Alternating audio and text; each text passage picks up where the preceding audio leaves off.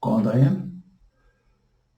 Ég ætla að breiða út af venjunni og tala svolítið annað heldur en byggingamál núna og þetta verður þá bara í raða þessu þá bara öðruvísi upp þannig að það sé skýrt. Ég ætla aðeins að ræða Úkraínu og stríðið þar og innrás Rússa í Úkraínu og hvernig byrjaði þetta allt saman? Jú, það er nokkuð ljóst þegar maður skoðar söguna og ég var nú þeirra trúar hér áður fyrr að þetta væri nú bara allt eðlilegt og Pútín væri nú bara svona eitthvað óhress með eitthvað og þetta var eitthvað svona og þetta væri, og stórveldin voru ekkert að skipta sér að því að hann tók Krím og hvað ættu Íslendingar þá nokkuð að vera að gera og svo framvegis. En ef maður skoðar þetta kannski aðeins betur og kafar dýpra í þetta hvað er að gerast, eða var að gerast, þá sjáum við það að Pútín er búinn að vera að undirbúa innrás og yfirtöku á Úkraínu í mjög langan tíma.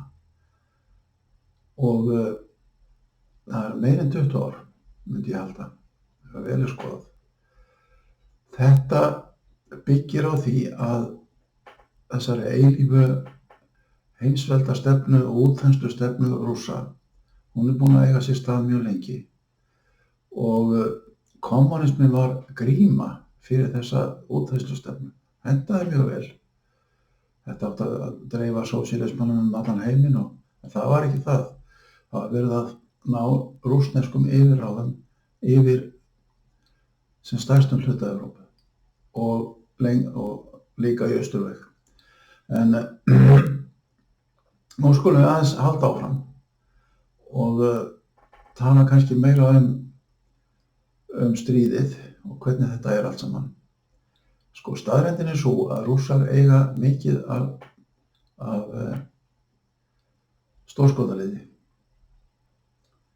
og það gengur á ýmsu hvernig þeim gengur að koma skotfærum og svo framvegis í það núna á vígvellinu af því að Úkraínumenn leggja ofuráherslu á það að hindra þetta. Þeir geta nægt þetta. Svo hafa þeir líka nógan mannskap og þeim er nokkuð saman það. Þau tæki menn og hendi þeim út í stríðið og þeir degi. Það skiptir ekki neinu máli. Þeir telja sig að ná að þessum fólki og þeir bara láta á vaða og oftast er þetta nú þeir sem koma úr svona minnihlutahópum í Rússlandi, fátækum hérðum. Það er ekki mikið af fólki sem býr í stórborgunum sem þeir hafa tekið en við skulum bara vera róleg og sjá hvað gerist.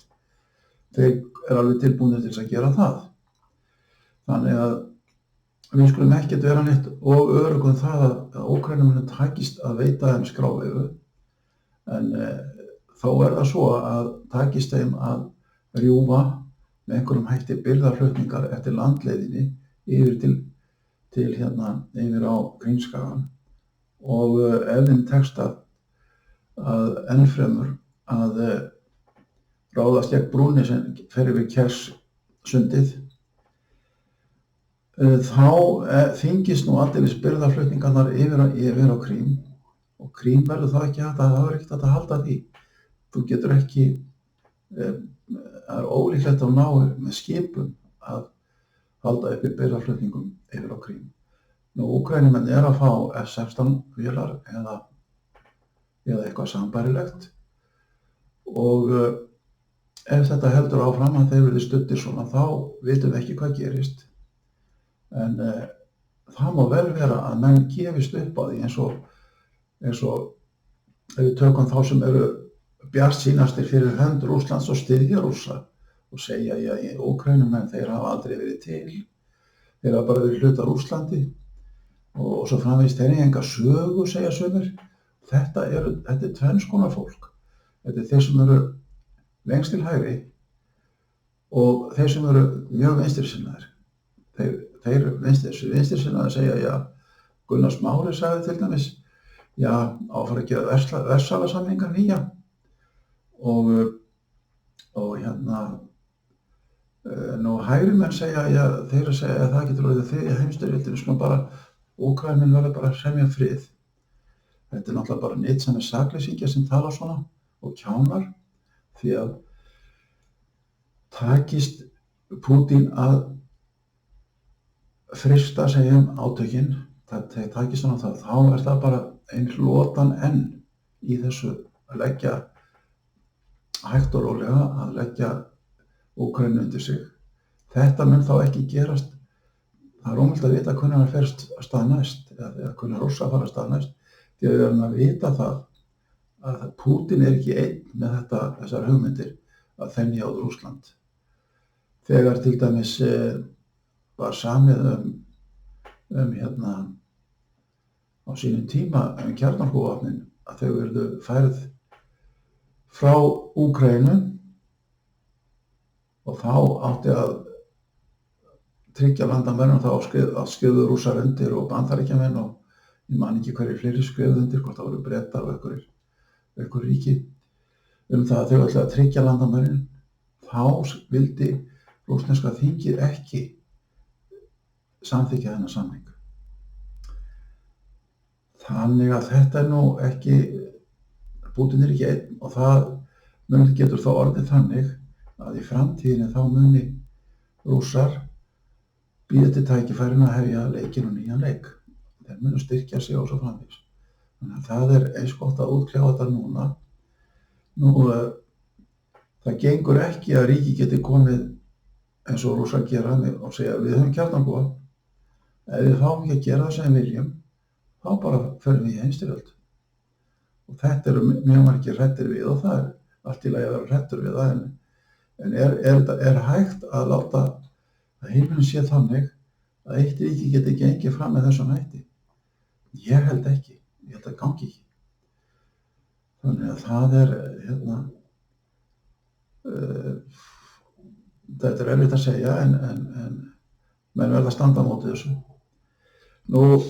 Enn sinn eru Vesturlönd svokölluð að láta Úkraínumenn hafa vopn. Það ekki mikið af vopnum sem þeir fá.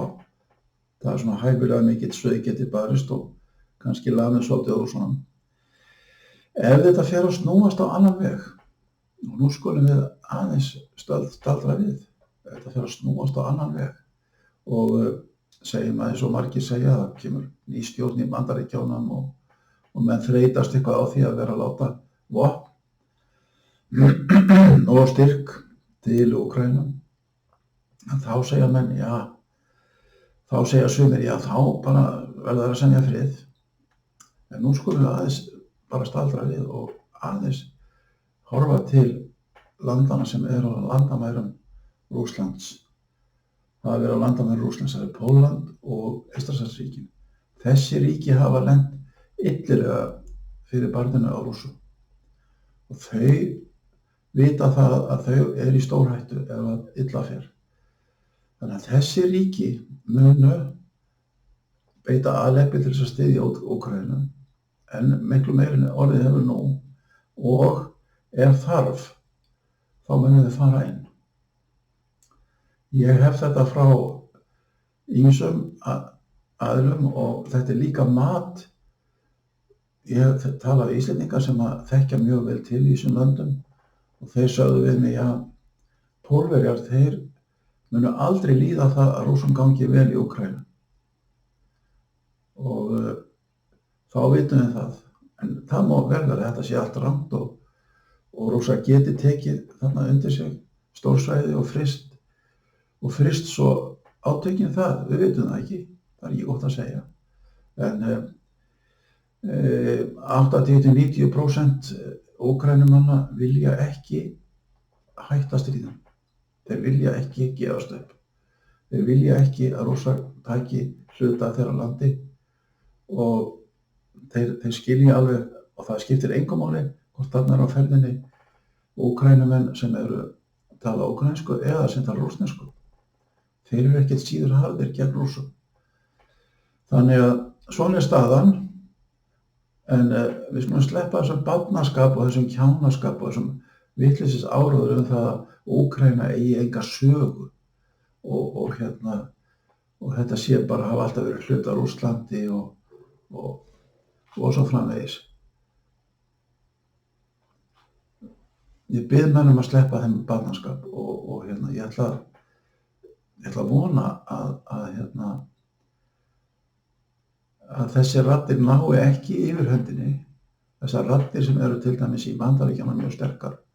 Maður bara verður hálfkvektur við að sjá þessa stjórnmálamenn í Bandaríkjunum og repúblíkana hvernig tala og meirihluti repúblíkana byrjaðir að tala svona og maður er bara hálfkvektur við að sjá þetta og að því að það þá fyrst verður hætta á heimsstyrjöld ef Pólland og Eystrasaltsríkin ákveða það að fara þarna inn með herlið. Það er þannig. En ég held reyndar að mun ekki verða. Svo þakka ég fyrir í bili. Ég vona að þetta hafi allavega, vakið einhverja til umhugsunar. Þeir sem eru ofstækisfullir, þeir hugsa ekkert. Takk fyrir.